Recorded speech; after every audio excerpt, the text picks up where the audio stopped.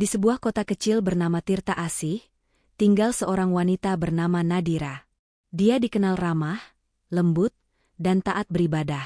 Dari luar, hidupnya tampak sempurna. Rumah besar, mobil mewah, dan suami tampan bernama Reno Prasetya, seorang pengusaha properti sukses. Namun di balik tembok tinggi rumahnya, Nadira hidup seperti bayangan. 3 bulan terakhir, Reno jarang pulang. Setiap kali ditanya, jawabannya selalu sama. Proyek di luar kota, sayang. Banyak investor yang harus aku temui. Dan seperti biasa, Nadira percaya. Ia selalu percaya. Sampai suatu sore yang sunyi, saat ia sedang menyiapkan jas kerja Reno untuk disetrika, sebuah kertas kecil jatuh dari saku dalam. Ternyata, itu tiket pesawat, bukan ke Surabaya seperti yang dikatakan Reno, tapi ke Labuan Bajo. Yang membuat Nadira terdiam lebih lama, di tiket itu tertulis 2 nama. Reno Prasetya dan Laras Wulandari. Udara di ruang tamu terasa menipis. Jantung Nadira berdetak cepat, tapi bibirnya tetap tersenyum samar. Karena di saat itulah, untuk pertama kalinya, ia sadar, doa saja tak cukup tanpa keberanian untuk membuka mata. Halo sahabatku, selamat datang kembali di Ruang Hikmah. Sebelum kita mulai kisah hari ini, yang subscribe di channel ini, semoga tahun ini bisa membeli rumah impiannya. Semoga semua hutang-hutangmu segera lunas, rezekimu lancar, dan keluargamu selalu diberi kesehatan serta keberkahan tanpa batas. Kalau kamu setuju, tulis di komentar, amin. Dan sebutkan juga, dari kota mana kamu menonton kisah ini.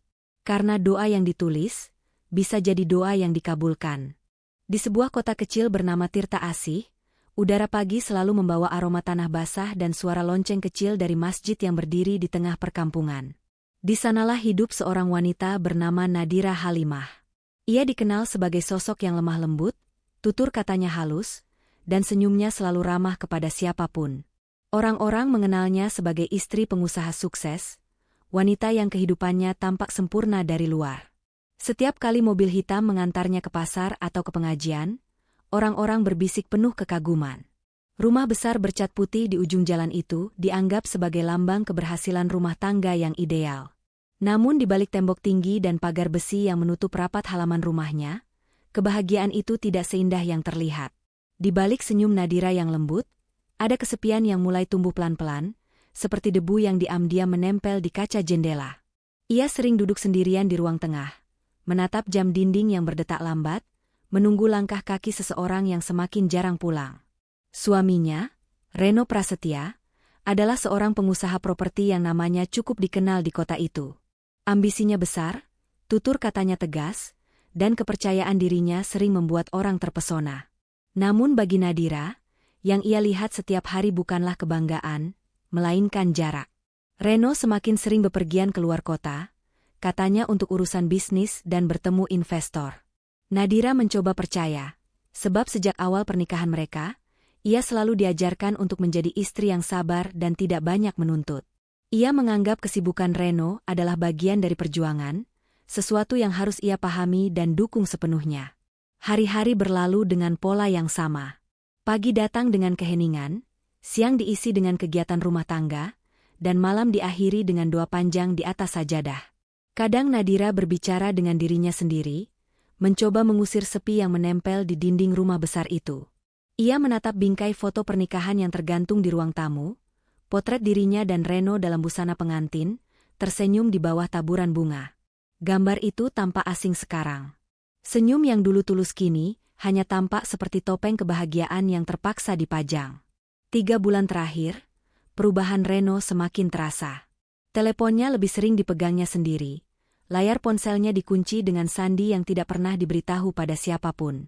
Pulang larut malam menjadi kebiasaan, dan jika ditanya, jawabannya selalu sama, disampaikan dengan nada lelah namun datar.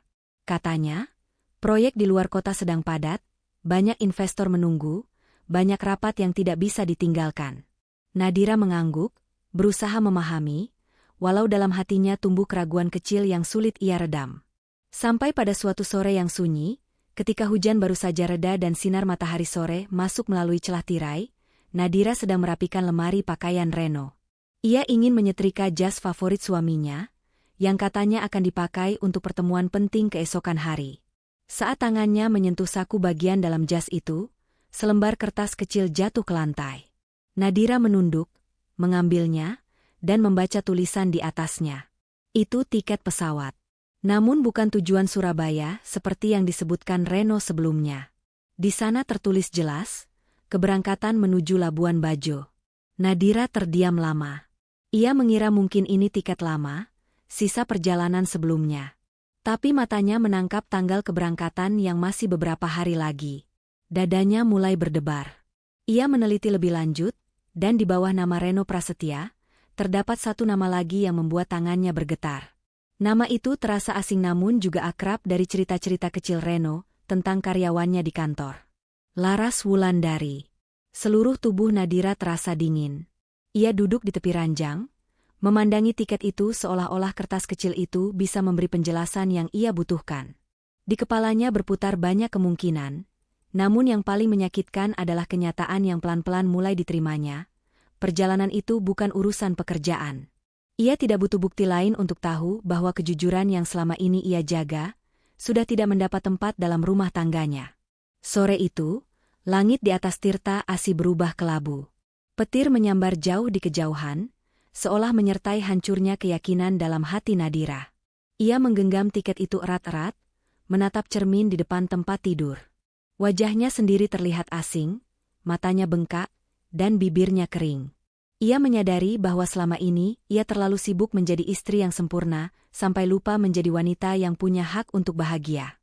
Malamnya, Nadira tidak bisa tidur.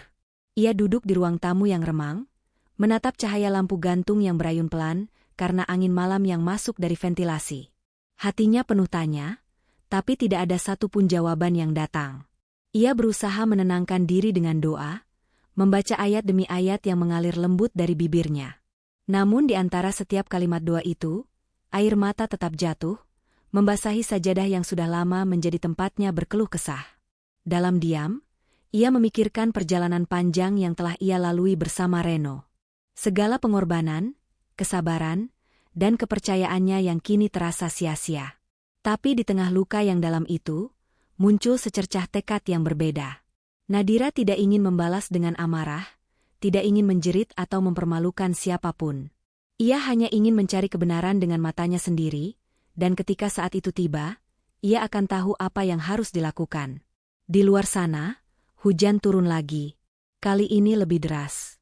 Angin membawa aroma tanah basah yang sama seperti pagi tadi, tapi maknanya sudah berubah.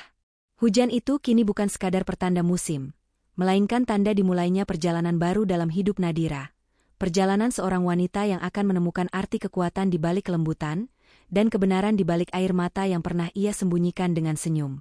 Dan malam itu, untuk pertama kalinya, Nadira memutuskan untuk berhenti percaya pada kata-kata, dan mulai mempercayai apa yang matanya lihat dan hatinya rasakan. Pagi itu udara Tirta Asi terasa lembab, seolah sisa hujan malam tadi masih menggantung di udara. Nadira duduk di tepi ranjang dengan mata sembab. Di hadapannya, cahaya matahari menembus tirai tipis, menciptakan bayangan lembut di lantai kamar. Ia tidak banyak bergerak sejak subuh. Di tangan kirinya, buku catatan yang semalam ia tulis masih terbuka, memperlihatkan satu kalimat sederhana yang kini menjadi penguatnya. Jika hari ini aku jatuh, semoga jatuhku menjadi awal kebangkitanku. Ia membaca kalimat itu berulang-ulang, seolah ingin menghafalnya bukan dengan ingatan, tapi dengan hati. Tidak ada tangis pagi itu. Hanya diam yang panjang, sebuah ketenangan yang terasa asing tapi menenteramkan. Setelah sekian lama menahan diri, Nadira akhirnya tahu apa yang harus ia lakukan. Ia tidak akan berdebat, tidak akan bertanya, dan tidak akan menunggu penjelasan yang tidak pernah datang. Ia ingin melihat kebenaran dengan matanya sendiri. Tanpa banyak pikir, Nadira membuka lemari dan mengeluarkan koper kecil yang sudah lama tersimpan di sudut bawah.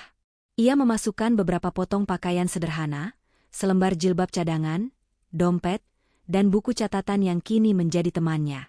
Di saku jas Reno yang tergantung, tiket pesawat itu masih ada. Ia menggenggamnya sebentar sebelum meletakkannya kembali di meja. Lalu, dengan langkah mantap, ia membuka laptop dan memesan tiket menuju kota yang sama, Labuan Bajo. Keputusannya terasa gila bahkan bagi dirinya sendiri. Ia belum pernah bepergian sejauh itu sendirian. Tapi rasa penasaran bercampur tekad membuatnya lebih berani daripada sebelumnya. Baginya, ini bukan sekadar perjalanan mencari bukti. Ini perjalanan untuk meneguhkan hati, bahwa ia mampu berdiri sendiri tanpa bergantung pada siapapun. 2 hari kemudian, pesawat yang ia tumpangi meninggalkan landasan. Dari jendela, Nadira menatap awan putih yang terbentang luas. Di bawah sana, daratan perlahan mengecil, berubah menjadi bentangan hijau dan biru yang menyatu di cakrawala. Ia tidak tahu apakah perjalanan ini akan menenangkan atau justru melukai lebih dalam, tapi hatinya kini pasrah. Ia telah menyerahkan segala hasilnya kepada Tuhan. Saat pesawat mendarat di Bandara Komodo, udara laut langsung menyambut dengan aroma asin dan angin hangat. Matahari di Labuan Bajo bersinar lebih terik daripada yang biasa ia rasakan di Tirta Asih. Nadira menurunkan kacamata hitam dari ujung kepala, menarik napas panjang, dan melangkah keluar dari terminal. Ia membawa koper kecil dan ransel berwarna coklat tua, cukup untuk perjalanan singkat yang belum ia tentukan ujungnya. Ia menyamar sebagai wisatawan biasa. Penampilannya sederhana, tidak mencolok, namun tetap rapi. Di pelabuhan, ia menyewa kamar di sebuah penginapan kecil dengan pemandangan langsung ke laut. Dari balkon kamarnya, ia bisa melihat kapal-kapal kayu yang berlabuh dan anak-anak kecil yang berlarian di tepi dermaga. Semua tampak damai, bertolak belakang dengan gelombang di dalam hatinya. Sore harinya, Nadira mengikuti tur singkat menuju salah satu resort terkenal di tepi pantai. Ia tahu dari pesan-pesan di ponsel Reno, bahwa tempat itu adalah tujuan liburan yang sama dengan yang tertulis di tiket. Setiap langkah yang ia ambil terasa berat, tapi langkah itu juga membuatnya semakin kuat. Ia berdiri di antara para turis lain, menyembunyikan diri di balik topi dan kacamata hitam, memperhatikan setiap wajah yang lewat. Waktu berjalan lambat. Suara ombak dan musik dari restoran pantai berpadu menjadi latar bagi pikirannya yang terus berputar. Hingga akhirnya, dari kejauhan, matanya menangkap sosok yang sangat ia kenal. Reno berjalan santai dengan kemeja putih dan celana krem, wajahnya bersinar di bawah cahaya sore. Di sampingnya, seorang wanita muda melangkah anggun, tertawa kecil sambil menggandeng lengannya. Itu Laras. Nadira terdiam. Dunia di sekitarnya seolah membeku. Semua suara menghilang, hanya detak jantungnya yang terdengar di telinga. Ia melihat mereka berhenti di tepi pantai, berdiri di bawah pohon kelapa yang melambai. Laras bersandar di bahu Reno, dan Reno menunduk, mengusap rambutnya dengan lembut. Pemandangan itu menghantam Nadira seperti gelombang besar. Ia menutup mulutnya, menahan isak yang hampir keluar. Matanya panas, tapi ia menolak untuk menangis di depan orang lain. Ia mundur perlahan, mencari tempat duduk di balik dinding kayu restoran. Dari sana, ia masih bisa melihat siluet mereka di bawah langit jingga yang perlahan berubah menjadi ungu. Ia duduk lama sekali, menatap laut tanpa fokus. Di tangannya, buku catatan kecil itu kembali dibuka. Dengan pena yang bergetar, ia menulis satu kalimat, "Terkadang, yang kita sebut rumah hanyalah tempat di mana hati kita tersesat." Matahari mulai tenggelam, meninggalkan cahaya keemasan di permukaan air. Suara ombak terdengar pelan, seperti bisikan yang mencoba menenangkan. Tapi di dada Nadira, perasaan campur aduk berputar tanpa arah. Ada marah, sedih, kecewa, tapi juga rasa lega aneh yang sulit dijelaskan. Ia akhirnya tahu, kebenaran yang ia cari telah ia temukan. Tidak perlu lagi bertanya, tidak perlu lagi menunggu. Malam itu, Nadira kembali ke penginapan dengan langkah pelan. Ia tidak menyalakan lampu, hanya membiarkan sinar bulan masuk melalui jendela. Koper kecilnya tetap tertutup, seolah belum siap untuk dibuka kembali. Ia berdiri di depan cermin, menatap pantulan dirinya sendiri. Wajah yang sama, tapi matanya tidak lagi kosong. Ada sesuatu yang berbeda, keteguhan yang perlahan tumbuh dari dalam luka. Di meja, ia menulis surat kecil dengan tulisan tangan yang rapi. Surat itu tidak untuk dikirim, hanya untuk dirinya sendiri. Isinya sederhana, pengakuan tentang rasa sakit, rasa kehilangan, dan keputusan untuk melepaskan tanpa dendam. Ia menulis hingga larut malam, sampai matanya lelah dan tubuhnya terjatuh di kasur yang dingin. Di luar sana, Laut terus bergemuruh, membawa aroma garam dan kebebasan. Di antara bunyi ombak yang memecah karang, Nadira memejamkan mata dengan tenang. Ia tahu, perjalanan ini baru dimulai. Besok mungkin masih penuh air mata, tapi setidaknya malam ini ia tidur dengan hati yang jujur, hati yang sudah melihat kebenaran, dan siap menapaki langkah berikutnya tanpa berpaling ke belakang. Langit Labuan Bajo malam itu berwarna tembaga. Di kejauhan, garis cakrawala tampak samar diselimuti kabut tipis, sementara ombak pelan memantulkan cahaya bulan yang hampir penuh. Dari balkon kamarnya, Nadira memandangi laut yang tenang. Angin laut membawa aroma asin dan suara kapal nelayan yang baru saja kembali ke dermaga. Ia berdiri lama di sana, menggenggam surat kecil yang tadi siang ia tulis. Surat yang berisi pengakuan paling jujur dalam hidupnya, tapi bukan untuk dikirimkan kepada siapapun. Surat itu hanya untuk dirinya sendiri, sebagai saksi bahwa malam ini ia akan menutup satu bab dalam kehidupannya. Jam di dinding menunjukkan pukul 8:15. Ia menatap pantulan dirinya di kaca jendela, menarik napas panjang, lalu mengenakan jilbab krem yang biasa ia pakai ke pengajian. Tidak ada riasan, tidak ada perhiasan yang mencolok, hanya wajah polos dengan mata yang terlihat letih namun penuh ketenangan. Ia tahu, malam ini mungkin akan menjadi malam yang paling menyakitkan, tetapi ia sudah siap menghadapinya. Hotel tempat Reno dan Laras menginap hanya berjarak beberapa kilometer dari penginapan kecilnya. Dengan langkah ringan, Nadira berjalan melewati jalan yang dipenuhi lampu taman dan wangi bunga frangipani. Ia tidak membawa apapun selain tas kecil dan selembar keyakinan bahwa yang akan ia lakukan bukan untuk membalas dendam, melainkan untuk menutup luka yang terlalu lama dibiarkan terbuka. Lobi hotel itu megah, dipenuhi tamu-tamu yang lalu lalang dengan pakaian liburan. Lantai marmernya berkilau, memantulkan cahaya lampu gantung kristal yang menggantung tinggi di langit-langit. Nadira berdiri di ambang pintu, memandangi pemandangan itu dengan hati yang berat. Di sudut ruangan, ia melihat Reno sedang berbicara dengan resepsionis. Wajahnya tampak segar, senyumnya lepas. Sama sekali tidak mencerminkan seorang suami yang meninggalkan istrinya tanpa kabar. Untuk sesaat, Nadira terpaku. Ada keinginan untuk berbalik dan pergi. Tapi langkahnya tidak bisa lagi ditarik mundur. Ia melangkah pelan ke arah Reno, sementara setiap detik terasa seperti menit yang panjang. Ketika jarak mereka hanya tinggal beberapa langkah, Reno menoleh. Senyumnya yang tadi ramah berubah menjadi kaku. Di antara keramaian, waktu seakan berhenti. Hanya tatapan mereka berdua yang saling bertemu, tanpa kata. Mata Nadira penuh dengan tenang, tapi juga menyimpan luka yang dalam. Reno menatapnya dengan campuran kaget dan kesal, seolah tidak percaya bahwa perempuan yang selama ini ia hindari bisa berdiri di hadapannya pada tempat dan waktu yang tidak terduga. Suasana hening beberapa saat. Beberapa orang di sekitar mereka mulai memperhatikan. Nadira menundukkan kepala sedikit, menjaga suaranya tetap rendah. Ia berbicara lembut, hampir berbisik, tapi cukup jelas untuk terdengar. Ia mengajak Reno untuk pulang, untuk bicara baik-baik tanpa perlu menimbulkan keributan. Namun reaksi Reno jauh dari yang ia harapkan. Alih-alih merasa bersalah, wajahnya berubah tegang, lalu muncul nada marah yang ditahan-tahan. Ia memintanya pergi, menuduhnya membuat malu.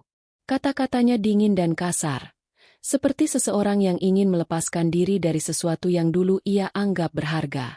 Nadira tidak menjawab. Ia hanya menatap Reno lama sekali, mencoba mencari sisa kebaikan di matanya, tapi yang ia temukan hanya kebencian yang asing.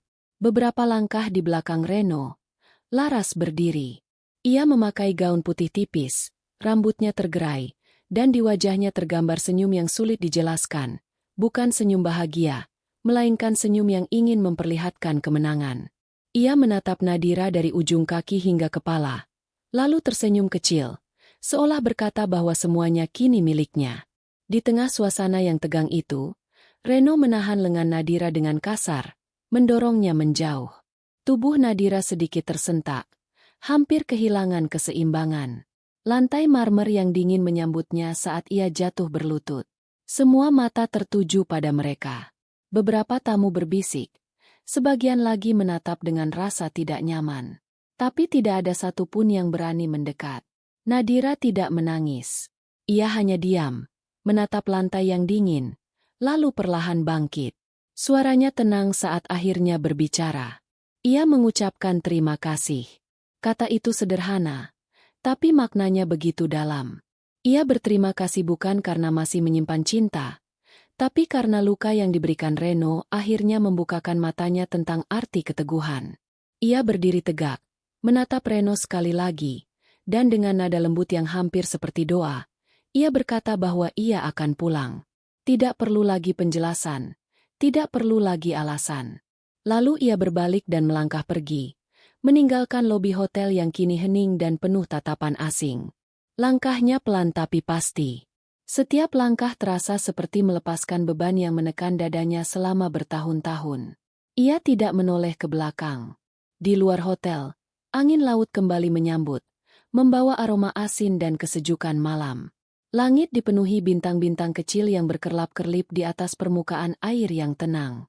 Nadira berjalan di sepanjang jalan menuju penginapan, menyusuri trotoar yang diterangi lampu-lampu jalan.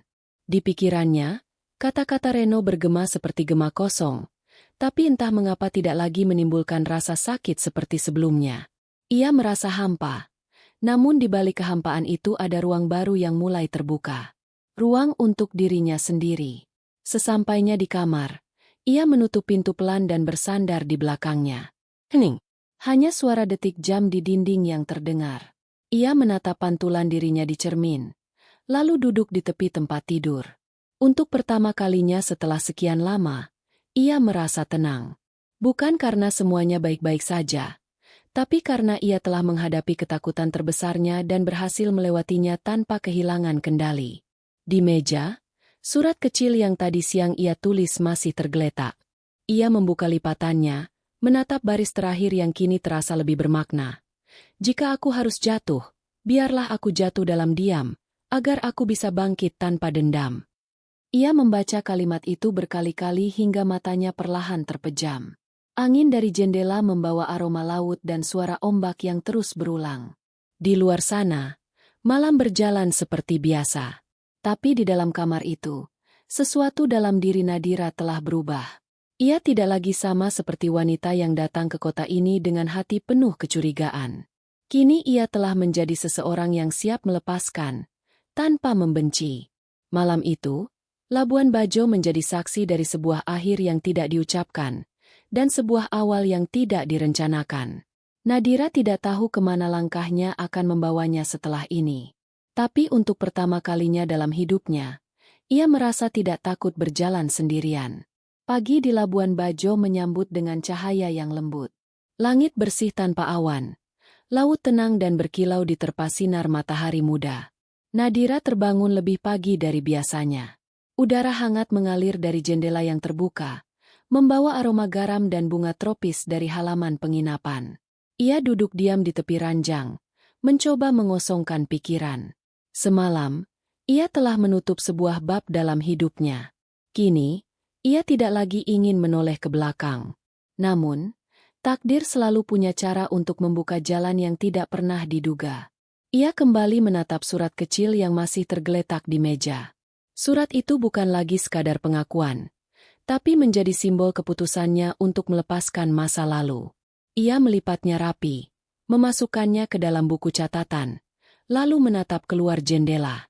Kapal-kapal kecil mulai berlayar di kejauhan, meninggalkan jejak ombak putih di belakangnya. Pemandangan itu mengingatkannya bahwa setiap perjalanan memiliki arah, dan mungkin, sudah waktunya bagi dirinya untuk pulang. Sementara itu, ratusan kilometer jauhnya di Tirta Asih, Reno terbangun di kamar hotel mewahnya dengan perasaan puas. Ia merasa telah memenangkan sesuatu, meski tidak tahu apa. Nadira sudah pergi dari hidupnya, dan kini ia bisa hidup dengan bebas. Laras masih tertidur di sampingnya, dan di meja terdapat sarapan yang baru diantar oleh pelayan hotel. Semua tampak sempurna baginya pagi itu. Namun, hanya beberapa jam kemudian, dunia yang ia kenal mulai retak. Telepon genggamnya berdering tanpa henti. Nomor-nomor penting yang biasanya memberi kabar baik kini justru membawa berita buruk. Salah satu bank menelepon, menyatakan bahwa rekening perusahaannya dibekukan karena adanya perintah hukum yang baru diterbitkan. Reno mengerutkan kening. Tidak mengerti. Ia mencoba menghubungi manajer keuangannya, tapi nomor itu tak bisa dihubungi. Belum sempat menenangkan diri, telepon lain masuk dari pihak notaris yang selama ini menangani urusannya. Suara di seberang terdengar kaku dan formal. Surat keputusan resmi sudah diterbitkan sejak semalam. Semua aset perusahaan yang terdaftar atas nama Reno Prasetya dan PT Prasetya Land kini secara hukum berpindah kepemilikan kepada Nadira Halimah. Reno terdiam. Ia menatap keluar jendela dengan mata kosong. Untuk sesaat, ia berpikir bahwa ini pasti kesalahan administratif. Tapi seiring suara notaris itu membaca rincian surat keputusan, kepalanya mulai berputar. Nama-nama perusahaan, nomor rekening, bahkan properti pribadinya, semuanya tertera dengan jelas dalam daftar pengalihan kepemilikan. Ia segera menutup telepon dan membuka laptop. Di layar, akun bank perusahaannya tidak bisa diakses. Pesan yang muncul singkat, akses ditolak oleh pemilik utama. Ia mencoba lagi, tapi hasilnya sama. Keringat dingin mengalir di pelipisnya. Ia bergegas mengenakan pakaian, meninggalkan kamar hotel tanpa pamit pada Laras yang masih terlelap. Sesampainya di lobi, ia menghubungi salah satu pengacaranya. Namun suara di seberang terdengar gugup. "Saya tidak bisa membantu banyak, Pak Reno. Semua dokumen menunjukkan bahwa kepemilikan sah atas nama Ibu Nadira Halimah. Tidak ada celah hukum di situ." Reno menghentikan langkahnya. Nama itu kembali terngiang di kepalanya. Nadira Halimah, nama lengkap yang jarang ia dengar disebut selama bertahun-tahun. Nama yang dulu hanya ia anggap bagian dari formalitas pernikahan mereka. Ia baru sadar bahwa selama ini ia tidak benar-benar mengenal wanita itu. Di benaknya, Nadira hanyalah sosok lembut yang tidak pernah melawan, tidak pernah menuntut, dan selalu menunduk. Tapi pagi ini, bayangan itu runtuh. Ia mencoba menelusuri kembali jejak masa lalu mereka. Pernikahan yang sederhana, pertemuan pertama yang diatur oleh keluarga, dan cerita samar tentang ayah Nadira yang dulu pernah menjadi pengusaha besar di bidang properti. Sampai akhirnya, semuanya mulai masuk akal. Reno mulai mengerti bahwa di balik lembutan Nadira, tersimpan warisan besar yang tak pernah ia perhitungkan. Perusahaan keluarga yang dulu nyaris tidak aktif ternyata masih memiliki kekuatan hukum yang besar. Dan tanpa ia sadari, hampir semua proyek yang ia jalankan selama bertahun-tahun menggunakan dana yang berasal dari rekening atas nama Nadira. Kepanikan mulai berubah menjadi ketakutan. Reno berlari menuju mobilnya dan mengemudi menuju kantor pusat perusahaan. Ia berharap semua ini hanya kesalahpahaman yang bisa diselesaikan dengan tanda tangan dan permintaan maaf. Namun setibanya di gedung kantor, pagar besi sudah dijaga oleh satpam baru. Ketika ia mencoba masuk, salah satu petugas keamanan menahannya. Dengan wajah kaku, pria itu berkata, "Maaf, Pak, kami mendapat perintah dari pemilik baru perusahaan. Akses Bapak ke gedung ini sudah diblokir." Reno tertawa kecil, menolak percaya. "Pemilik baru? Ini perusahaan saya." Tapi saat matanya menatap papan nama di pintu kaca utama, tawanya terhenti. Di bawah tulisan besar PT Prasetya Land Group, kini tertera nama kecil di bawahnya, A Subsidiary of Halimah Group. Tubuhnya terasa lemas. Dunia di sekelilingnya seakan berputar.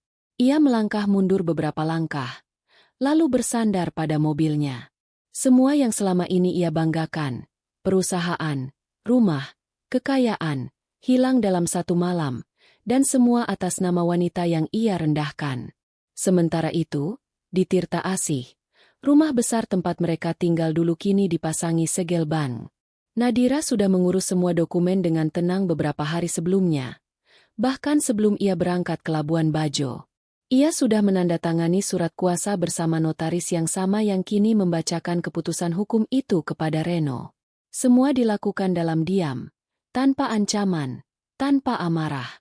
Reno pulang ke rumah itu sore harinya, tapi pagar sudah terkunci. Di depan pintu, ada amplop putih dengan namanya tertulis di atas. Ia membukanya perlahan. Di dalamnya, hanya ada satu lembar surat. Tulisan tangan Nadira tampak rapi dan lembut. Terima kasih karena sudah mengajariku arti kehilangan. Aku tidak membencimu, tapi aku juga tidak akan kembali. Segala yang kamu bangun di atas kebohongan, kini sudah kembali pada tempatnya. Semoga kamu bisa menemukan dirimu sendiri tanpa harus menghancurkan orang lain lagi. Reno menggenggam surat itu erat-erat. Angin sore berembus pelan, tapi tubuhnya terasa kaku. Ia berdiri di depan rumah yang kini bukan lagi miliknya. Untuk pertama kalinya dalam hidupnya, ia merasakan sunyi yang benar-benar menelan. Tidak ada suara tawa, tidak ada langkah kaki Nadira yang lembut di teras. Hanya keheningan yang menyimpan kenangan dari segala hal yang dulu ia abaikan. Malam itu, Reno kembali ke hotel dengan kepala tertunduk. Laras menyambutnya dengan raut bingung, tapi Reno tidak berkata apa-apa. Ia hanya duduk di tepi ranjang, memandangi ponselnya yang kini tak berfungsi seperti biasa. Semua rekening ditutup. Semua kontak penting menghilang satu persatu. Ia menunduk lama, lalu menutup wajahnya dengan kedua tangan. Dunia yang kemarin terasa penuh cahaya kini menjadi gelap. Dan di antara gelap itu, ia baru mengerti satu hal sederhana. Yang ia hancurkan dengan kebohongan ternyata jauh lebih kuat daripada yang pernah ia miliki dengan keangkuhan. Pagi di Jakarta menyala dengan hiruk-pikuknya yang biasa. Jalanan padat, klakson bersahut-sahutan, dan matahari menembus celah gedung kaca yang menjulang di pusat bisnis kota. Tapi di antara gemerlap itu, satu kehidupan tengah runtuh tanpa suara. Reno Prasetya berdiri di depan gedung yang dulu menjadi simbol keberhasilannya. Gedung itu masih sama, megah, tinggi, berkilau di bawah cahaya pagi. Hanya satu yang berbeda, namanya tidak lagi terpajang di sana. Tulisan besar di puncak gedung kini berbunyi Halimah Tower. Huruf-huruf logam itu berkilau seperti pengingat akan sesuatu yang dulu ia abaikan.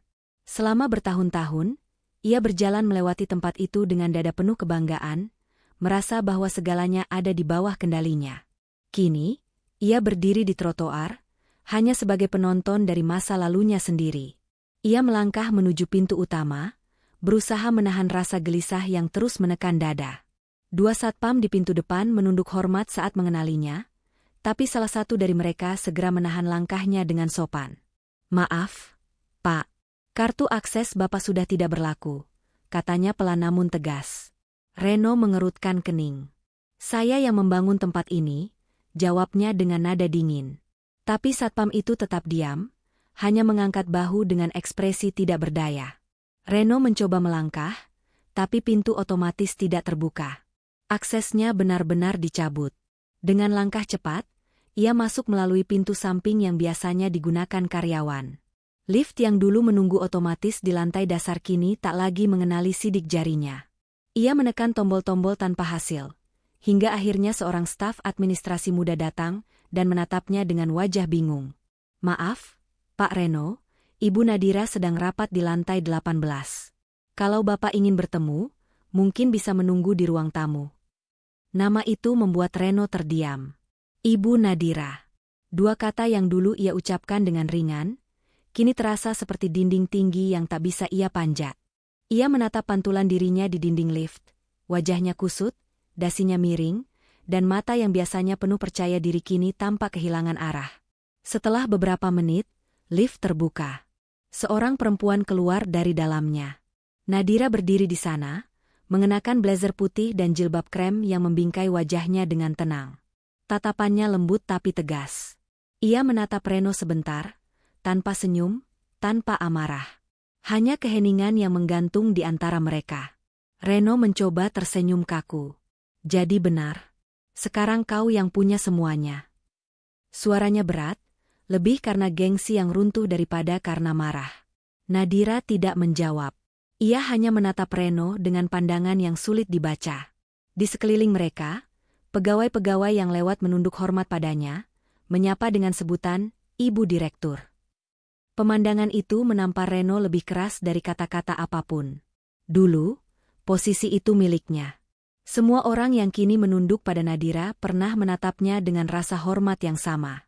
Sekarang, ia hanya berdiri di pinggir lorong, seperti orang asing yang tersesat di dunia yang pernah ia kuasai.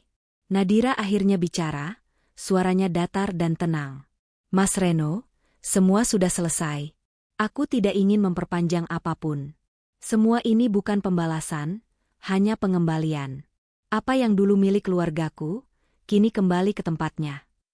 Kata-katanya seperti pisau yang menembus tanpa melukai. Ia tidak meninggikan suara, tapi maknanya menembus hingga ke dalam hati.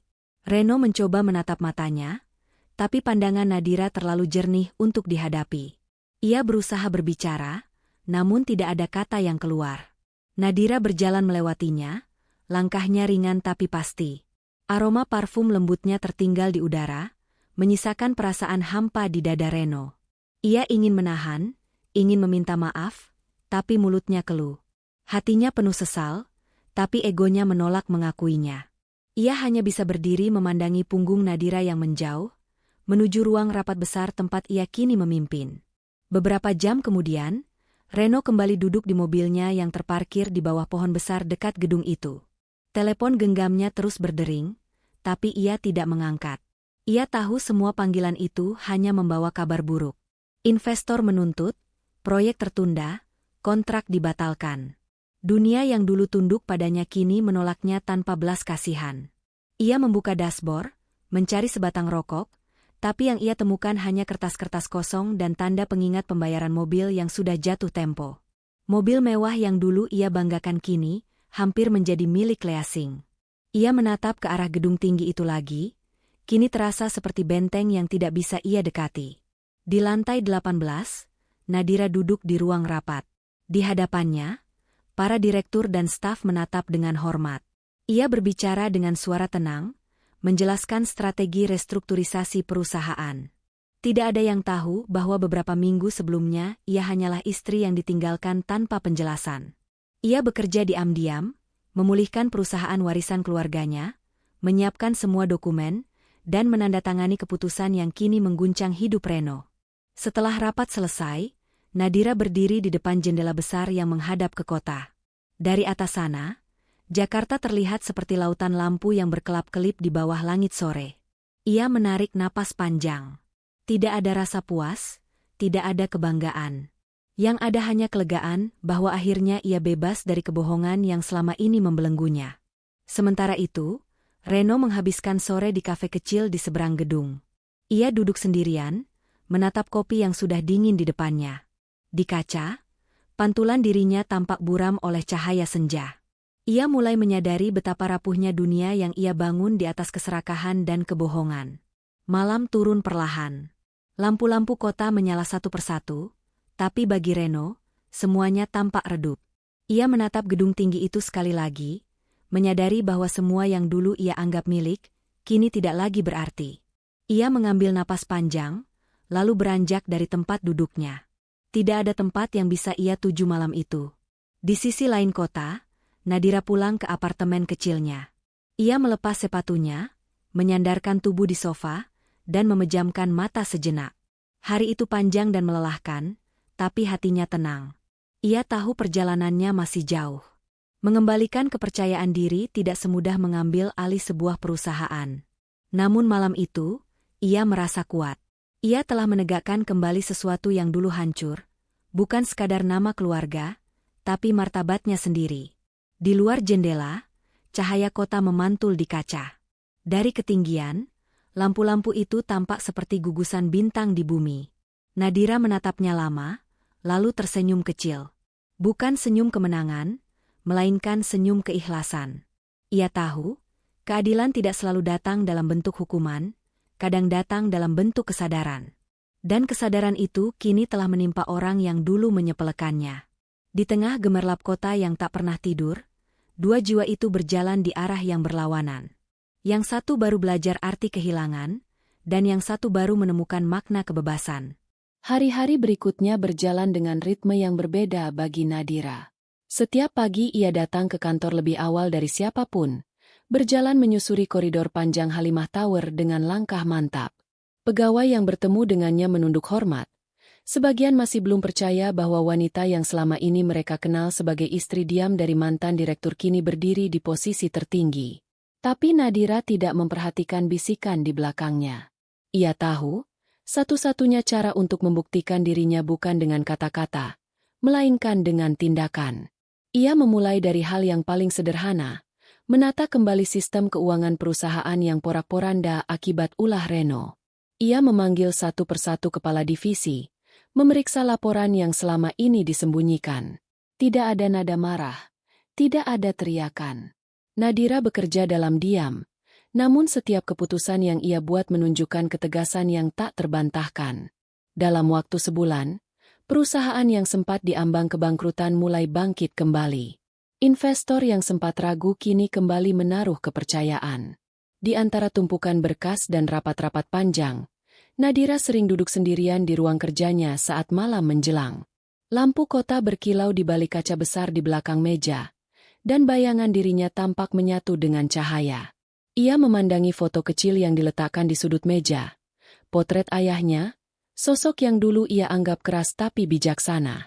Dalam hati, ia berbicara pada sosok itu, mengucapkan rasa terima kasih karena warisan kebijaksanaannya kini menjadi benteng yang melindungi dirinya dari kehancuran. Namun kabar tentang perubahan besar ini cepat menyebar keluar dinding perusahaan. Media bisnis mulai menulis berita tentang kembalinya Halimah Group di bawah kepemimpinan baru. Foto Nadira terpampang di halaman depan beberapa majalah, dengan judul-judul seperti Kebangkitan dari Bayangan, dan Wanita yang Mengubah Takdirnya Sendiri. Ia tidak mencari perhatian, tetapi sorotan itu datang dengan sendirinya. Sementara itu, Reno menatap semua pemberitaan itu dengan rasa getir. Ia hidup berpindah-pindah dari satu hotel ke hotel lain, mengandalkan sisa tabungan yang semakin menipis. Tidak ada lagi telepon dari investor atau teman-teman lama. Mereka semua menjauh, menghindar seolah takut tertular kegagalannya. Laras yang dulu selalu di sisinya pun perlahan menghilang, membawa serta sisa uang yang tersisa di rekeningnya. Ketika Laras pergi, ia meninggalkan pesan singkat yang hanya berisi satu kalimat. Aku tidak ingin hidup dengan pria yang sudah kehilangan segalanya. Kalimat itu menampar Reno lebih keras daripada kehilangan uang atau jabatan. Ia baru benar-benar menyadari betapa cepatnya dunia berbalik arah, dan betapa sepinya hidup ketika kesombongan telah menutup semua jalan kembali. Di sisi lain, Nadira tidak pernah menyinggung nama Reno di depan publik. Ia tidak berbicara tentang masa lalunya. Bahkan ketika wartawan mencoba menggali kisah pribadinya, ia hanya menjawab dengan singkat bahwa setiap manusia punya perjalanan yang harus ia selesaikan sendiri. Namun diam-diam, di setiap keputusan penting yang ia ambil, tersimpan jejak luka yang kini berubah menjadi sumber kekuatan. Suatu pagi, Nadira menerima laporan dari tim humas tentang kondisi media sosial. Salah satu berita yang viral adalah kisah skandal lama Reno yang kembali mencuat. Tagar tentang kasus moral dan penyalahgunaan wewenang menyebar luas. Banyak orang yang dulu memujanya kini menghujat, menuduhnya sebagai pria yang mengkhianati istri setia. Nadira membaca berita itu dengan tatapan kosong. Ia tidak ikut campur, tidak berkomentar. Ia hanya menutup layar ponselnya dan melanjutkan pekerjaan. Namun jauh di dalam hatinya, ia tahu karma sedang bekerja dengan caranya sendiri. Ia tidak perlu menuntut. Tidak perlu memojokkan siapapun. Waktu memiliki cara untuk memperlihatkan kebenaran tanpa harus berteriak. Beberapa hari kemudian, Laras muncul dalam berita lain. Ia kehilangan kontrak kerjasama dengan sejumlah perusahaan besar karena reputasinya tercemar. Dunia hiburan yang dulu mengelilinginya dengan sorotan lampu kini memunggunginya. Ia mencoba membela diri, namun tidak ada yang mendengarkan. Perlahan, semua yang ia bangun dengan menumpang pada nama Reno lenyap begitu saja. Sementara itu, Nadira menghabiskan akhir pekan dengan cara yang sederhana. Ia mengunjungi panti asuhan yang dulu pernah ia bantu secara diam-diam saat masih menikah. Anak-anak di sana berlari menyambutnya dengan tawa riang, memeluknya tanpa tahu siapa dirinya sebenarnya. Di tengah tawa mereka, Nadira menemukan sesuatu yang tidak bisa dibeli dengan uang, kedamaian. Ia berbicara dengan kepala panti, mendengarkan cerita tentang perjuangan dan harapan kecil yang tumbuh di tempat itu. Ketika ia pulang sore itu, langit Jakarta berwarna jingga, dan matahari tenggelam di balik gedung-gedung tinggi. Ia menatap langit dari jendela mobil, membiarkan cahaya senja menyentuh wajahnya. Dalam hati, ia menyadari bahwa kebahagiaan sejati tidak datang dari pembalasan, melainkan dari kemampuan untuk melepaskan. Di rumahnya yang baru, Nadira duduk di balkon sambil menyeruput teh hangat. Ia menatap halaman kecil yang dipenuhi tanaman hijau. Tidak ada kemewahan berlebihan seperti rumah lamanya. Tetapi disinilah ia merasa benar-benar hidup. Setiap malam ia menulis di buku catatannya, bukan lagi untuk mengeluh, melainkan untuk mengingatkan dirinya agar tidak lupa pada rasa syukur. Beberapa bulan kemudian, Nadira diundang menjadi pembicara dalam seminar nasional bertema kepemimpinan perempuan. Awalnya ia menolak, tetapi atas desakan banyak pihak, ia akhirnya hadir. Di panggung sederhana, di depan ratusan peserta, ia berbicara dengan suara yang tenang dan berwibawa. Ia tidak bercerita tentang Reno, tidak juga tentang pengkhianatan, tetapi tentang perjalanan manusia untuk menemukan dirinya setelah kehilangan segalanya. Ia berkata bahwa kekuatan sejati bukanlah tentang menaklukkan orang lain, tetapi tentang menguasai diri sendiri ketika dunia seakan runtuh. Ucapannya sederhana, tapi ruangan itu hening. Setiap orang mendengarkan dengan penuh perhatian. Ketika acara berakhir, banyak yang menghampirinya, menyalaminya, dan mengucapkan terima kasih. Malam itu, Nadira kembali ke rumah dengan langkah ringan. Ia meletakkan piala penghargaan kecil yang diberikan panitia di atas meja. Bukan karena kebanggaan, tetapi sebagai pengingat bahwa luka yang dulu hampir menghancurkannya kini telah menjadi pelajaran berharga. Ia memandang keluar jendela, menatap langit malam yang penuh bintang. Kebangkitannya tidak datang dalam sekejap, tidak juga dengan sorak-sorai. Ia tumbuh perlahan, di antara air mata dan doa, di antara kehilangan dan kesadaran. Dan kini, ketika dunia melihatnya sebagai sosok kuat, Nadira tahu satu hal, ia tidak sedang membalas dendam. Ia hanya membuktikan bahwa wanita yang pernah dihina bisa berdiri kembali, bukan untuk menjatuhkan siapapun, melainkan untuk menjadi cahaya bagi dirinya sendiri dan bagi orang lain yang masih berjalan dalam gelap. 1 tahun berlalu sejak malam hujan di bawah jembatan itu. Waktu, seperti air sungai yang terus mengalir, membawa banyak hal pergi tanpa kembali. Bagi Nadira, setahun terakhir terasa seperti lembar baru yang penuh kejutan. Ia tidak lagi berjalan dengan langkah berat seperti dulu. Kini, setiap pagi ia bangun dengan hati yang ringan, menatap dunia dengan mata yang berbeda, bukan lagi mata seseorang yang pernah kehilangan, tetapi mata yang telah berdamai dengan masa lalu. Di tengah kesibukannya memimpin Halimah Group, Nadira memutuskan untuk melakukan sesuatu yang lebih besar dari sekadar mengurus bisnis. Ia ingin memberi makna pada kebangkitannya. Ide itu datang suatu sore ketika ia menghadiri pertemuan dengan tim sosial perusahaan. Salah satu staf muda menyarankan untuk menghidupkan kembali proyek lama yang dulu sempat direncanakan ayahnya, sebuah tempat peristirahatan dan pusat pemberdayaan perempuan. Nadira menyukai gagasan itu.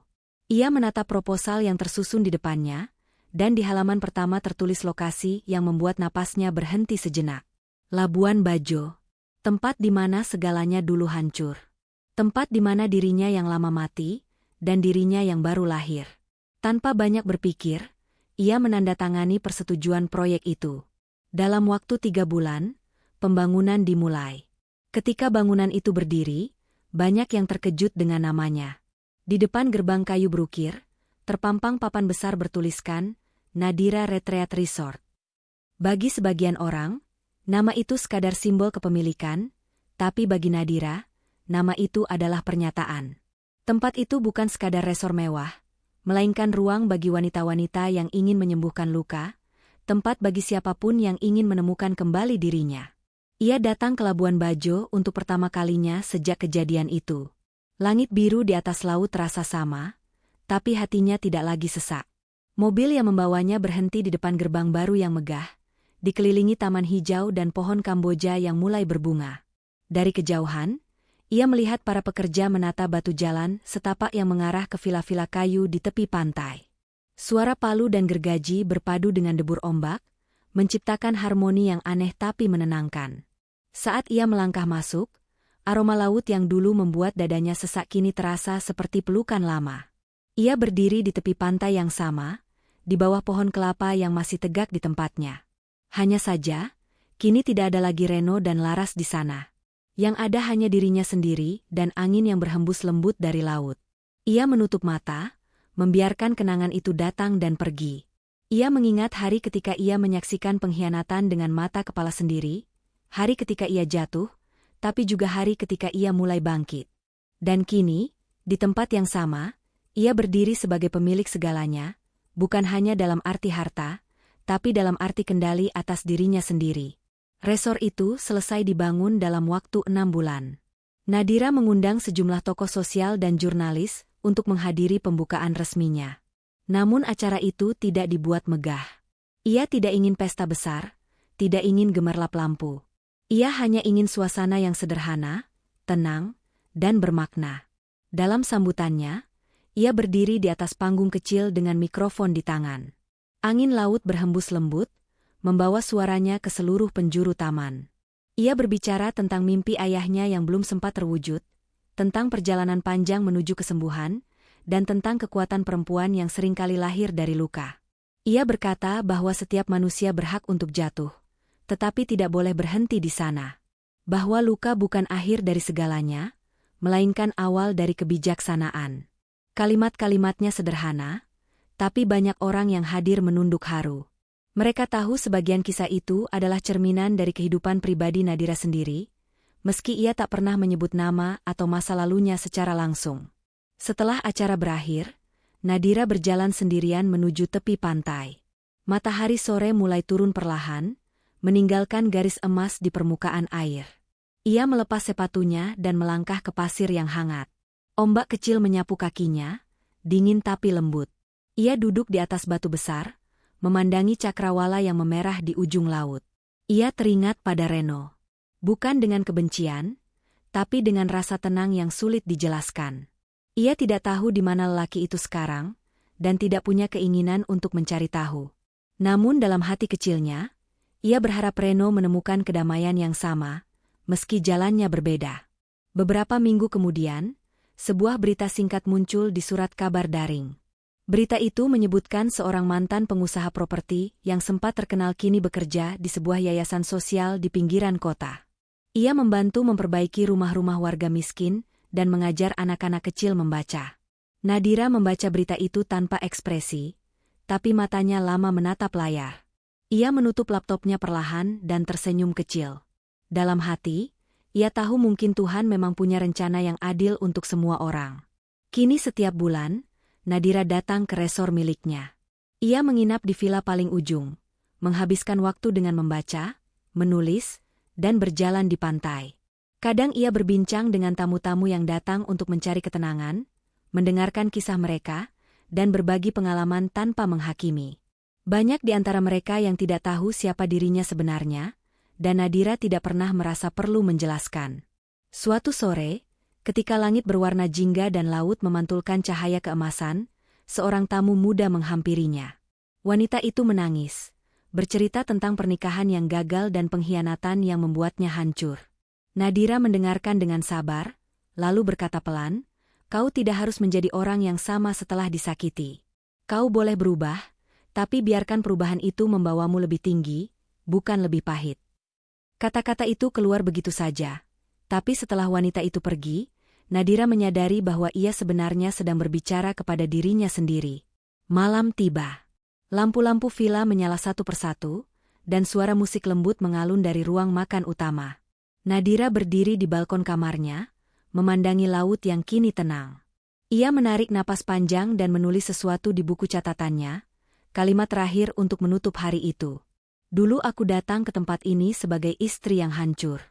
Kini aku kembali sebagai wanita yang dikuatkan oleh waktu, dibimbing oleh luka, dan disembuhkan oleh keikhlasan." Ia menutup buku itu dan menatap bintang pertama yang muncul di langit.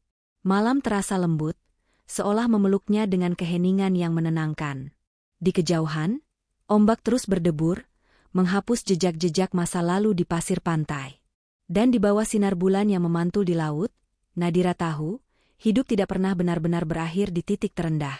Karena selama seseorang berani berdiri kembali, Tuhan selalu menyiapkan tempat yang lebih tinggi untuk langkah berikutnya. Hujan mengguyur Jakarta sejak pagi, menimbulkan genangan di pinggir jalan dan aroma tanah basah yang menusuk hidung. Langit kelabu seperti cermin dari suasana hati Reno Prasetya yang duduk di bawah jembatan dekat terminal. Jas hitamnya sudah lusuh, rambutnya acak-acakan, dan wajahnya tak lagi menampakkan bekas keangkuhan masa lalu. Di tangannya, koper kecil menjadi satu-satunya barang berharga yang tersisa, berisi beberapa pakaian dan dokumen lama yang sudah tak berguna.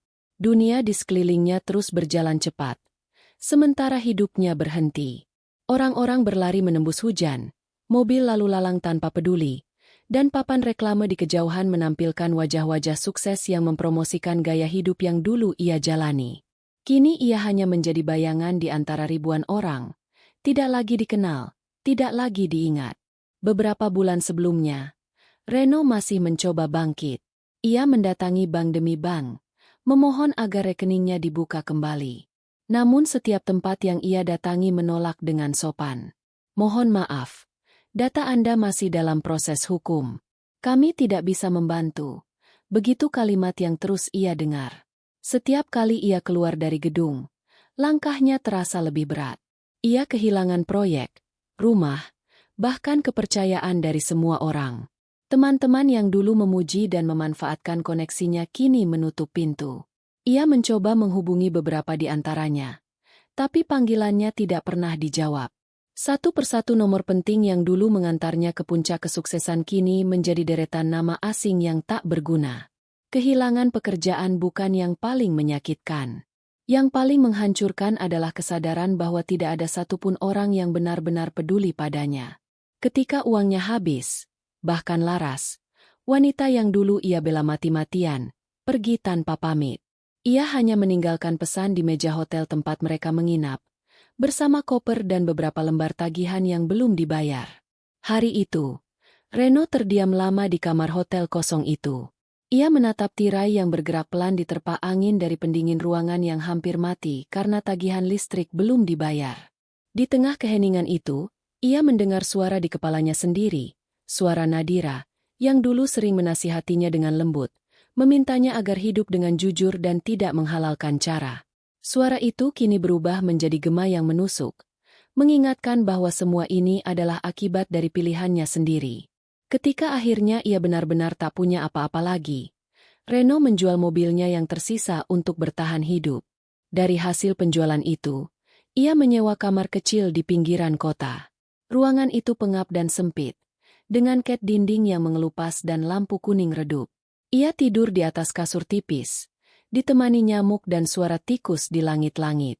Namun bahkan dalam keadaan seburuk itu, ia masih belum sanggup menatap dirinya sendiri di cermin. Beberapa kali ia berusaha mencari pekerjaan baru, tapi setiap wawancara berakhir dengan penolakan. Reputasinya sudah rusak, namanya terlalu dikenal dalam berita buruk yang tak berhenti dibicarakan. Setiap kali ia memperkenalkan diri, orang-orang hanya menatapnya dengan pandangan penuh penilaian, lalu mengucapkan permintaan maaf yang halus tapi dingin. Suatu sore, ia duduk di taman kecil dekat stasiun, memandangi orang-orang berlalu lalang. Di seberang jalan, seorang ibu paruh baya berjualan nasi bungkus di bawah payung besar. Reno menghampiri, menanyakan harga satu bungkus nasi. Ibu itu menjawab dengan suara ramah, lalu tanpa basa-basi menambahkan sepotong telur rebus di atas nasi hangat. Ketika Reno hendak membayar, ibu itu menolak, berkata, "Tidak apa-apa, Nak. Muka kamu kelihatan lagi susah. Makan saja dulu." Kata-kata sederhana itu membuat dada Reno terasa sesak. Ia berterima kasih pelan dan berjalan ke bangku taman. Ia makan perlahan, menatap hujan yang mulai turun lagi. Dalam diam, ia berpikir bahwa mungkin inilah bentuk pengingat yang selama ini ia tolak.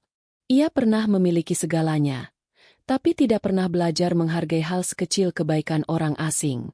Malam hari, ketika kembali ke kamar kontrakannya, ia menyalakan lampu kecil di meja. Di antara dokumen-dokumen lamanya, ia menemukan foto pernikahannya dengan Nadira. Foto itu sedikit kusam, pinggirnya sudah sobek. Ia menatap wajah Nadira muda dalam foto itu. Wajah yang dulu ia abaikan. Wajah yang kini terus menghantuinya. Ia mengingat semua momen ketika Nadira menunggu di ruang tamu, menyiapkan makan malam, dan bertanya dengan lembut apakah ia baik-baik saja. Semua yang dulu ia anggap remeh kini terasa seperti harta yang hilang. Dalam keheningan malam, Reno berbisik pelan kepada foto itu. Ia meminta maaf, bukan untuk berharap diterima kembali, tetapi karena hatinya benar-benar lelah. Ia sadar, selama ini ia berlari terlalu jauh dari kebaikan yang pernah dimilikinya. Sementara itu, kehidupan Nadira berjalan dalam arah yang sama sekali berbeda. Ia tidak tahu di mana Reno berada dan tidak berusaha mencari tahu. Waktunya kini diisi dengan hal-hal yang jauh lebih berarti. Ia mendirikan yayasan kecil yang membantu perempuan yang pernah mengalami kekerasan rumah tangga. Ia ingin menjadi tempat perlindungan bagi mereka yang pernah terluka seperti dirinya. Setiap minggu, ia datang ke yayasan itu, duduk bersama para perempuan muda yang baru mulai membangun kembali hidup mereka. Ia mendengarkan cerita mereka tanpa menghakimi, memberi nasihat sederhana, dan sesekali tersenyum ketika melihat seseorang mulai menemukan kembali keberaniannya. Ia tahu betul bagaimana rasanya hidup dalam ketakutan, dan kini, melihat orang lain bangkit membuat hatinya perlahan sembuh. Berita tentang Reno sempat sampai ke telinganya suatu malam ketika salah satu rekannya menyebutkan bahwa mantan suaminya itu kini hidup dalam kesulitan. Nadira hanya terdiam, tidak menanyakan lebih lanjut.